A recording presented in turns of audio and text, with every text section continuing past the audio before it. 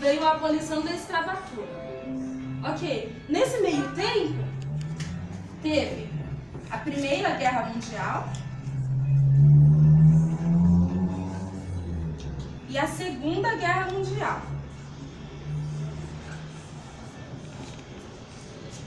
Com isso, os direitos básicos da gente viver, da gente trabalhar, da gente conseguir viver em sociedade com o mínimo possível, foi abalado.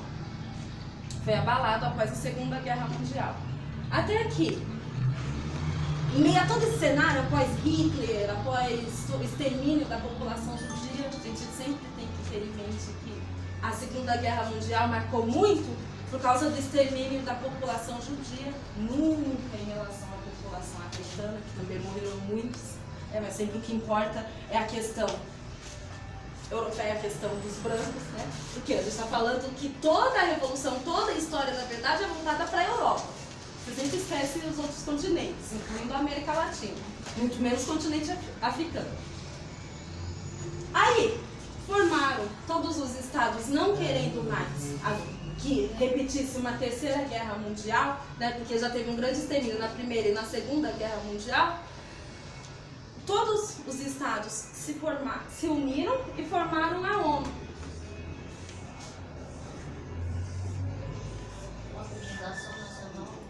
Organização Nacional Unida. Com a ONU, todos os estados se disseram unidos apenas para que zelasse pelo menos pela paz, uma paz que não abalasse a estrutura econômica, porque a gente sempre tem que ter em mente que o que sempre é discutido na história é a questão econômica, e a questão econômica europeia, e agora estadunidense, né, nos últimos séculos. E a ONU se uniu com todos os estados e criou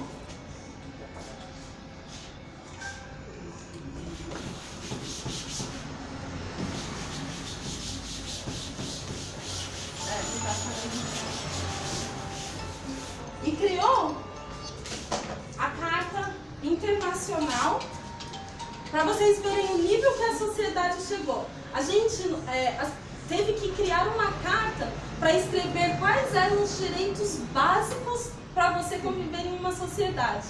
Quais são os direitos básicos para você viver em sociedade? Aí criou a Carta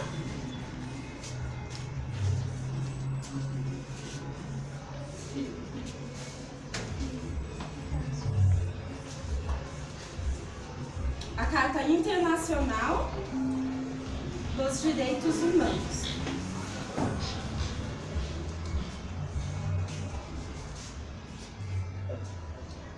Essa Carta Internacional dos Direitos Humanos, ela se desmembra em três. Vou colocar uma coisinha aqui. Ela se desmembra em três. O Pacto Internacional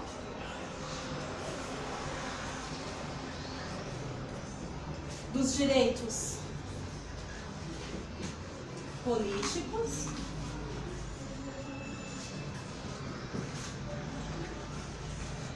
e a letra é feia, hein? Minha nossa. Dá pra entender? Não, né? O Pacto Internacional dos Direitos Políticos.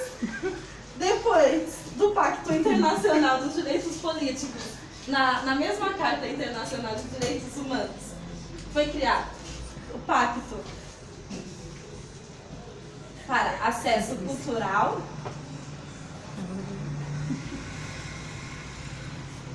e o mais importante, que vai ser o que a gente vai falar hoje, a Declaração dos Direitos Humanos.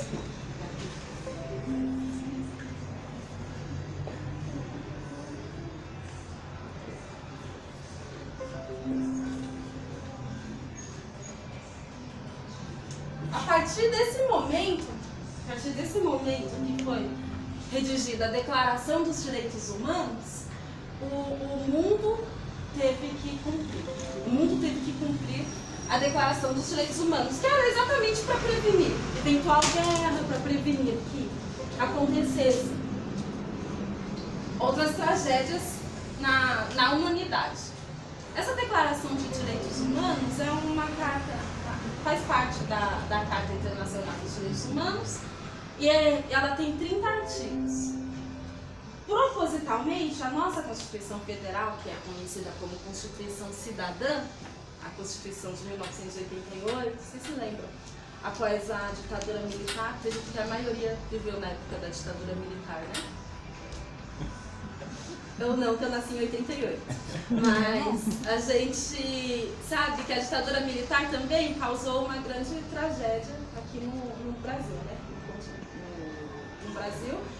E também existiam outras ditaduras aqui em torno. Na verdade, a América Latina toda vivia uma ditadura.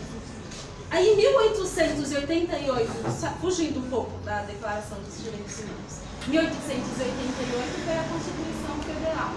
Foi promulgada uma nova Constituição Federal, conhecida como a Constituição Cidadã, que ela zela pelos cidadãos. Ela zela pela manutenção do Estado como um todo. Por isso ela é grande, exaustiva, que é para a gente não ter nenhum direito abalado. E curiosamente, mas de modo proposital, claro, tudo que é tratado na Declaração dos Direitos Humanos também é tratado na nossa Constituição Federal. Então, quando a gente cita os direitos humanos, de certa forma, a gente também está tratando a respeito do direito constitucional. E é muito importante todo brasileiro, todo cidadão, conhecer direitos humanos e conhecer a Constituição Federal. É interesse do governo, de modo geral, não importa se é governo PT, PSDB, Bolsonaro, qualquer coisa. É interesse do governo, de modo geral, manter as pessoas cada vez mais alienadas. Porque uma pessoa alienada não vai disputar, não vai bater de frente, não vai causar encrenca com o governo, não é? Então, cabe a nós aprendermos, pelo menos, os nossos direitos básicos, para saber como agir, para saber como se comportar no caso de violência do seu direito básico. O direito básico que é os direitos humanos e também o direito constitucional.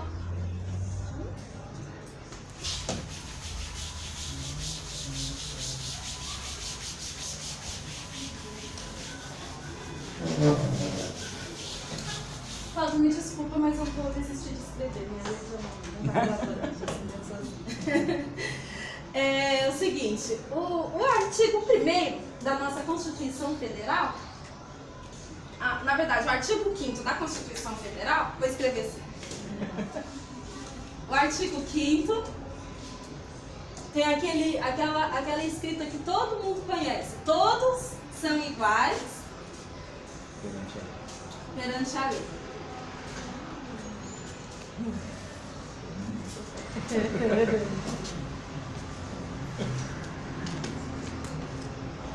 A lei. Todos são iguais perante a lei. Importante, bonito, realmente. Todos são iguais perante a lei. A lei, ela é aplicada de forma única para todos. Todos temos o mesmo tratamento legal. Tá bom. Mas uma evolução doutrinária, uma evolução jurisprudencial, inclusive com influência da ONU, com influência nos direitos internacionais, veio e trouxe o que a gente chama de princípio, o princípio mais importante que a gente vive no momento, que é o princípio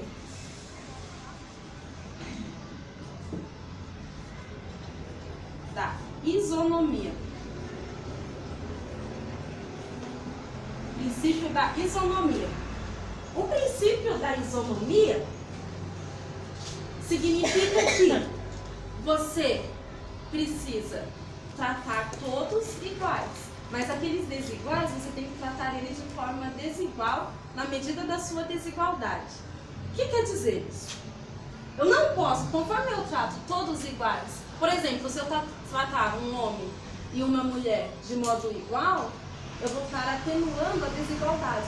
Por exemplo, trabalha um homem e uma mulher na mesma empresa. A mulher engravida, a mulher tem um filho. Mas aí eu obrigo a mulher a ir trabalhar, deixa o filho em casa. Obrigo a mulher a trabalhar os 9 meses de gestação, todos são iguais, perante a lei, né? Então eu vou tratar todo mundo igual. Isso é errado. Por quê? Você não está respeitando o limite da mulher. Você não respeita o limite da mulher. A mesma forma, relação aos indígenas.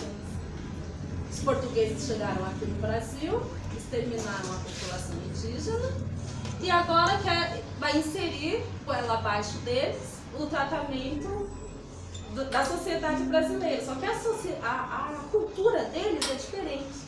É diferente do que acontece em si na sociedade brasileira. Então eles também têm que ser tratados de modo desigual. A mesma coisa em relação à população negra. Realmente, todos são iguais perante a lei. Mas por influência do racismo institucionalizado, tudo aquilo que sempre que ocorreu na sociedade brasileira e ainda ocorre, a institucionalização do racismo, a gente precisa tratar os negros também de modo desigual na medida de sua desigualdade. Quando o negro alcançar o mesmo patamar que o não negro, aí todos podem ser tratados como iguais. Da mesma forma que os indígenas, tá? E os quilombolas também. Os quilombolas, a gente tem uma legislação específica. Só no Brasil, só que no estado de São Paulo, quer dizer, existem mais de 500 terras que são de propriedade quilombola. Mais de 500 terras. Que era aquela história da escravidão, que o negro fugia e formava um povoado específico, para não ser capturado e voltar a ser escravizado. Criou-se uma barreira em que apenas o povo quilombola morava ali. Com a evolução social, depois teve a abolição da escravatura, lá em 1888 e tudo mais, e as pessoas que viviam ali naquele povoado criado pelos quilombolas, continuavam morando lá. Conforme eles continuaram morando lá, eles ficaram à parte da sociedade brasileira. Foi feita uma comunidade, uma resistência à parte do que acontecia por fora na sociedade brasileira. Passaram-se os tempos, veio a União e falou assim: quer saber de uma coisa? Essa terra aí nunca foi declarada como terra de alguém, a terra é minha. Então eu vou habitar, mas existia ali uma comunidade quilombola. Existem ali comunidades quilombolas. Aí, foi dado, agora, apenas em 2004, o direito de propriedade a essas comunidades quilombolas. Apenas em 2004, a abolição da escravatura foi em 1888.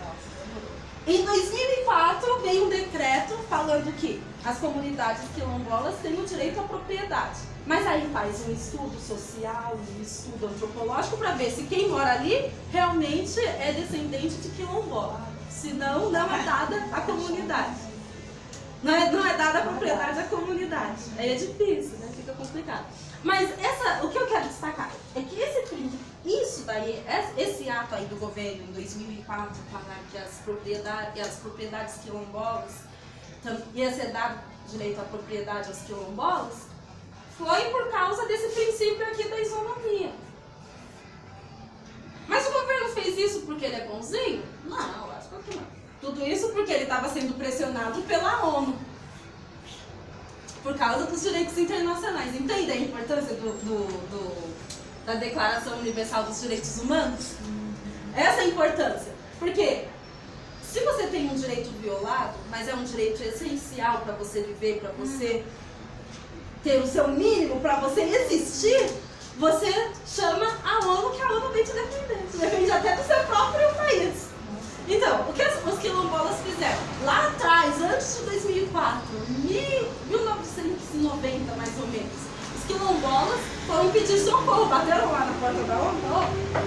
Eu tenho direito à propriedade, todos têm direito à propriedade, por que eu não tenho? Aí a ONU pressionou o Brasil, pressionou de tal forma que foi dito: não, dar-se-á direito de propriedade às comunidades quilombolas. Como? Aí já são outros 500. Aí a gente vai trabalhar melhor para entender como que a gente vai dar esse direito. Mas pelo menos já está instituído, já está dispositivado, já está escrito. Tanto é que foi uma emenda constitucional. Já está na Constituição que vai dar direito de propriedade às comunidades quilombolas. E o que acontece? Recentemente, em 2006, foi dito pelo STF que tudo quanto é algo que diga sobre direitos humanos não vai ser mais, porque o direito internacional é uma escala. Primeiro, é feito um tratado internacional, depois o Brasil tem que tem que se denominar signatário daquele tratado internacional. O Brasil tem que ir lá e assinar, falar assim, olha, eu concordo com isso. Aí, tudo aquilo que é tratado no direito internacional passa a ser tratado no direito brasileiro também. Aí, em 2006, foi dito que tudo que é direito humano, tudo que for tratado internacional sobre direitos humanos, o Brasil vai ser automaticamente signatário. Significa que tudo que é direitos humanos, o Brasil já entra automaticamente no texto da nossa Constituição Federal. Tudo que é direitos humanos já entra automaticamente na nossa Constituição Federal. Então, a gente tratando sobre direitos humanos, a gente também está tratando sobre direitos internacionais. E a gente zela pela nossa manutenção, pelo nosso direito de viver. É triste isso, né? Alguém ter que escrever o que é o mínimo para você viver. E você ter que bater ainda, pedir socorro para a ONU para voltar aqui para o Brasil e falar assim, governo brasileiro, eu tenho o direito de viver. É triste. Porque como disse no vídeo, não sei se todos notaram, tudo isso daí é um direito natural. É direito natural. Eu nasci, eu tenho o direito de viver, não é? Nós nascemos, nós temos o direito de viver. É um direito natural. Só que não. Com tanta burocracia, tantas guerras, tantas asneiras, a gente tem que falar o que é o direito de viver. O básico do direito de viver.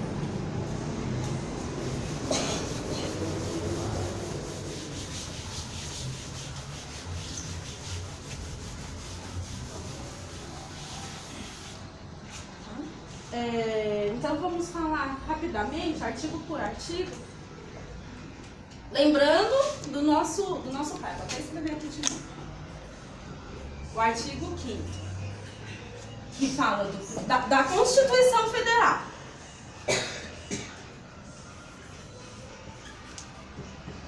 Que fala do direito à igualdade, antigo direito à igualdade, atual, e não ter o mínimo necessário para você sobreviver. Não adianta você viver sem poder sobreviver. E isso é muito importante. Então, na verdade, quando vem um projeto do governo, falando, por exemplo,